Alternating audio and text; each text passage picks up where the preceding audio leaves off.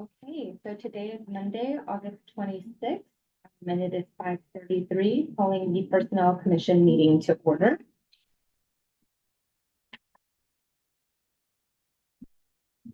And I will take roll. Our last commissioner. We do have to leave the door open. Oh, sorry. It's okay.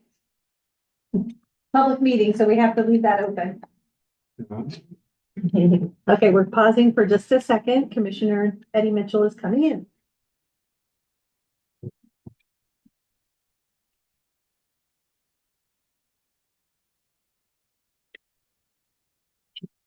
Nita, just be careful of this board. You don't have to watch me fly. No, Okay. we literally just called the meeting to order. And Okay, I'm good. literally just going to take roll. Commissioner Brones. Here. Commissioner Cummins. Here. Commissioner Eddie Mitchell. Here. Commissioner Harrell. Here. And the agenda was posted on August 22nd, 2024 at 4:40 p.m. So item number 2, communications by members of the public for items not on the agenda.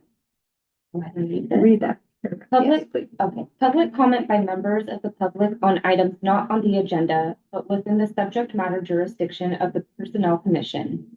Please limit your comments to 3 minutes. This portion of the meeting is reserved for a person desiring to address the commission on matters not on the agenda. The law does not permit commission action or extended discussion on any item not on the agenda except under special circumstances. If commission action is requested, the commission may place the matter on a future agenda. Do you have any public comment tonight, Mr. McMahon? No. Ms. Ramirez, any public comment tonight? No. No. So we have no public comment. Thank you. Moving on to item number 3, approval of minutes for April 22nd. The report is attached.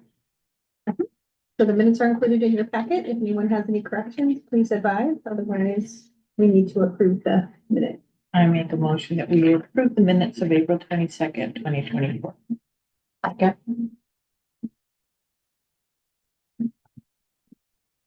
All in favor?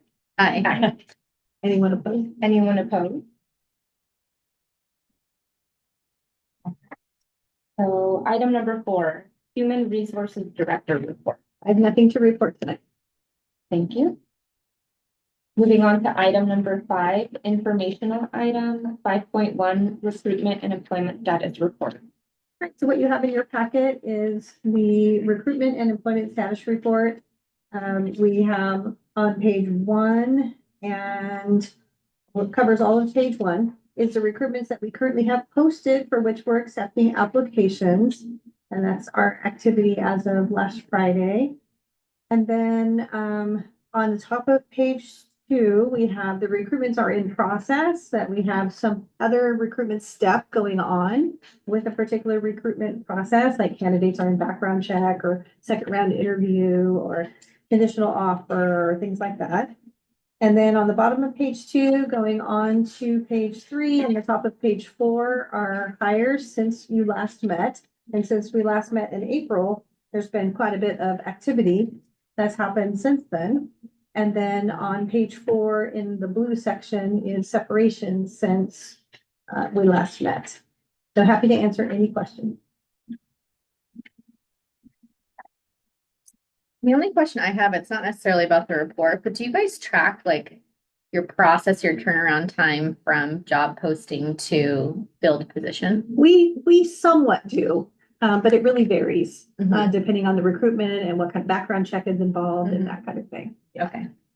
I'm just curious. I always think that's interesting. It's a lot slower for government entities than it is in the private sector. And it depends on the position too, and how long we post it for and how many applicants we have and that.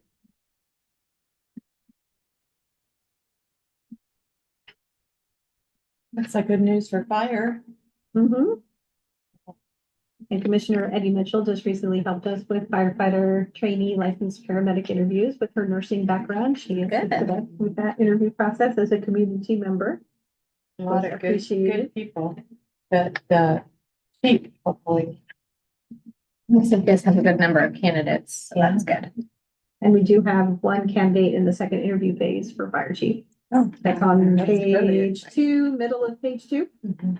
Yes. Sometimes they're listed in both places because we've left it open for Mhm. applications, Right. but we might be doing something with a candidate as well. But we don't want to count our eggs before our Right. hatch. Yeah. Definitely. Mhm. Anyone have any questions on anything? This has keeps us busy. Yeah, it's Yeah, been a lot of lots of movement. stuff, lots of stuff going on. Yeah. Lots of new people hired, few Awesome. retirements, few other separations, but. Okay, no questions. Item number 6, unfinished business.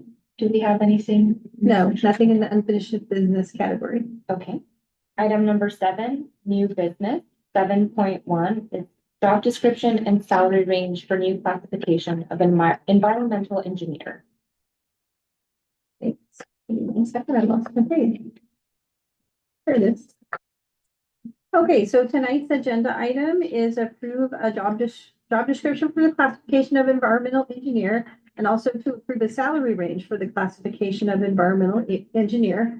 And I think you've heard this before when we've brought other positions to you that are related to our new utilities department. And we do have our utilities director, Heath McMahon, here in case you have any technical questions that you want to ask him. I asked him to please attend tonight. But during our fiscal year 24 and 25 budget process, the new utilities department was established by council approval. The council initially supported filling 7 positions to staff the department.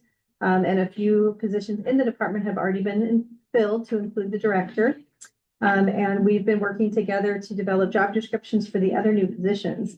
And so the position of environmental engineer is one of the additional new positions that were approved by council. And so now we have a job description and a recommended salary range coming before you, and then we can do the recruitment for the position. So in your packet, you have a draft job description for environmental engineer. This is a position that will report to our senior environmental engineer for utilities and will work on different engineering projects in support of the utilities department.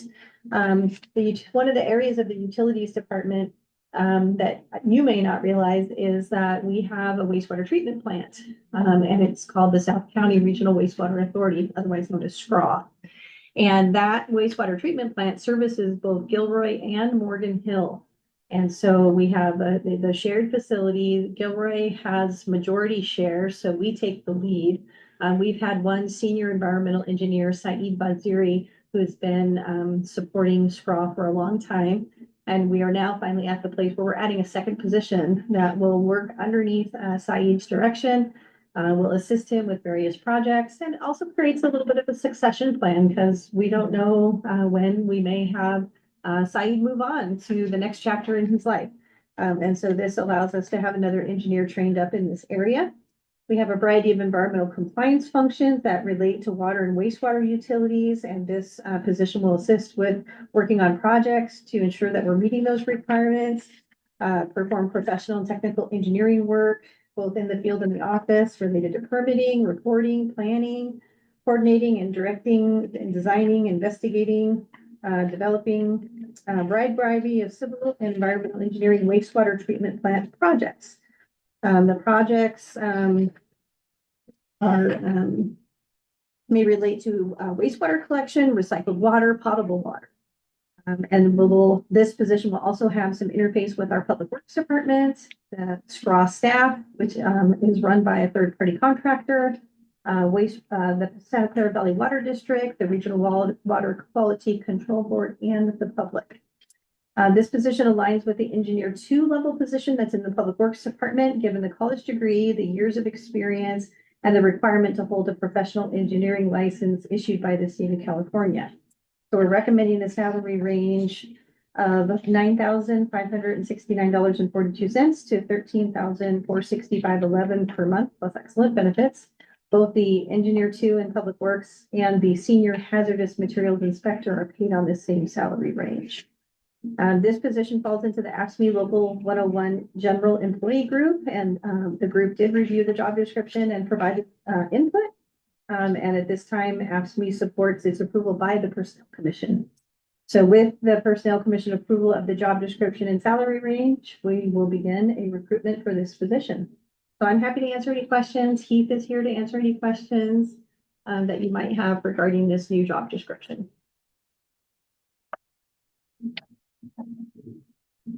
You can see it's very technical. Mhm.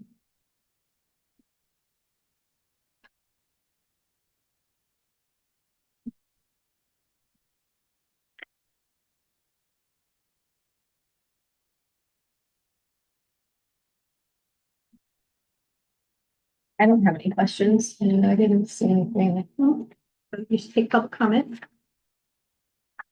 I'm sorry. You should take public comment on this item. Okay. Any public comments on this item? No public comment? Okay. Do you have a really hard question for Heath? Since he's here. Just to make it worthwhile. And I was looking for something to add, but the end did a really good description, so I don't even have much to add, but yeah, happy to answer any questions. But if you don't, that's okay too. Well, it's exciting, onward and upward. Yes. Indeed, yeah. Indeed. Yeah. Would someone like to make a Yeah, motion? so And you can do both action items as one motion. And move, we approve the job description and salary range for the new classification of environmental engineer. A second? All in favor? Aye. Opposed? Thanks. We'll get them. Okay, moving on to our next item. 7.2, job description and salary range for new classification of utilities business manager. So similarly, this is another new position in the utilities department that was established during the fiscal year 24 and 25 budget process by council approval. This is one of the new positions that needs a job description and a salary range before we can move forward to recruit for it. And the draft job description is included in your packet. This is a mid-management position for the utilities department, and this is a direct report to the utilities director. And this is a position that will manage the utilities department budget, revenue expenditures, and capital projects, which includes several enterprise funds. This position will work on rate studies, financial forecasting, research and analyzing policies, organizational issues, cost and feasibility studies, debt financing, administering grants, interfacing with the finance department and utility billing, oversee the department website pages, prepare a variety of reports and presentations, monitor new laws and pending legislation, manage contracts and agreements, and will work on a variety of high-level special projects involving the administrative and financial aspects of the utilities department. And they will lead and supervise assigned staff.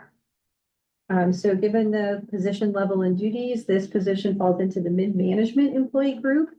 The Gilroy Management Association reviewed and provided input to the job description, and the suggestions from GMA were incorporated into the draft that's attached to this report. We looked at both market data and internal equity, and we're recommending the salary range of 10,698.75 to 14,694.50 per month plus excellent benefits for this position. This aligns with our finance manager. There's a lot of similarities between some of the financial things that our finance manager does and that this position is going to do, but very specialized to the utilities department. And then also our communication and engagement manager, which are both mid-management job classifications. And we think this range will attract qualified candidates to this exciting and challenging new position. So with Personnel Commission approval of the job description and salary range, we'll begin a recruitment for this new position. And then I'm hoping on this staff report that you have a really hard question for Mr. McMahon. You've been doing this job up until now. Well, little parts of it have been done by our finance department. But now that we're establishing a utilities department, it's gonna be a much more robust position. So there's some things that are being done in finance and some things that are just not getting done. Because we didn't have anyone dedicated to this function. And we have to do rate analysis studies and feasibility studies, and we have to move forward with various capital projects related to utilities because we're collecting money from the ratepayers. And then it's our duty as the folks here at the city that are collecting those revenues to make sure that those are being applied back to maintaining and growing the system and making sure everything that flows to the wastewater treatment plan is handled appropriately and that we're, complying and planning for all of that. So it's just time to take this to the next level, and we need to have a dedicated manager overseeing these functions. And Heath, add anything that you might want to share? Yeah, so the pieces, well, one of the main piece that you were describing there, yes, is really our Joe's been helping a lot with that, Our finance director. finance director and some others. And then, my understanding was, because I was asking some of the similar questions with the last one, and apparently our interim public works director chimed in some of the other engineers were chiming in some, so it really was kind of bits and pieces, everybody trying to kind of help, but really it's, because they're enterprise funds and people get excited about raising their rates and all those things. It really needs a dedicated person to really look at, okay, here's what we're bringing in, here's the forecast for the next 5-10 years, what we're bringing in versus the capital projects versus operation expenses, and just really kind of concentrate on that and be able to do the reporting and show that. And a big part of that is we really need to expand to our website and go into more detail. There's a lot more regulatory stuff coming down the pike, from contaminant levels to a bunch of stuff, but we need to educate the public and really have a good website. So they will also be in charge of that kind of aspect of trying to make sure we look like as a utility, we're really doing well with public funds and how we're organized and getting information out too. So this person is going to take on a good variety of tasks, but definitely the business aspect is the primary. And how many people will they be responsible for managing? So they'll have my plan right now is most likely they'll take two of the conservation people will come over to this group. And so they will have the two conservation persons, and they'll also probably share some of the analyst duties right now that's currently reporting to me.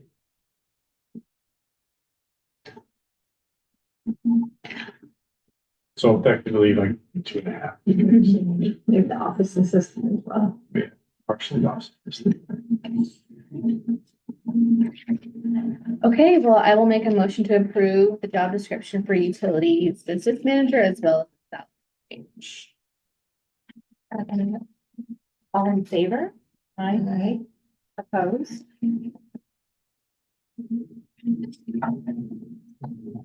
Okay. Good, thanks. Thank you. So our next item is the future personnel commission business. Right, so we have a few things that we're working on, and that I wanted to just call your attention to that we'll be bringing to you at future meetings. I don't know exactly when, it just kind of depends on when it's ready for you all. But the council did approve us bringing back the fire marshal position, and this will be a reclassification of a person who's working up and performing those duties. We had a fire marshal, and that person left right after COVID happened, and we eliminated that position because we had to do cutbacks, and it was easier to eliminate something that wasn't filled. So, we're bringing that back, and we're gonna propose a reclassification of employee. Housing and Community Services Coordinator is also a reclassification.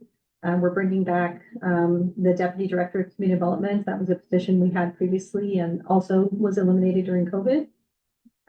We're updating our Operations Services Supervisor job descriptions, and that's necessitated by the Public Works Department and the Utilities Department breaking apart and needing to bring on a fourth supervisor.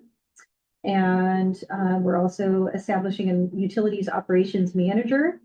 And then PD is working on some updates to their sworn peace officer job descriptions. So those are all in the pipeline and things that are being worked on, and they'll be ready for you hopefully soon. And that is all I have. Leanne, I will not be here for the September meeting. Okay, September 23rd. It's a pre-scheduled absence. So noted. I don't know if we'll have a meeting on that date, but we'll see if any of these items are ready. Okay, any other comments? Well, with that, we can adjourn the meeting at 5:53 p.m. Thank you.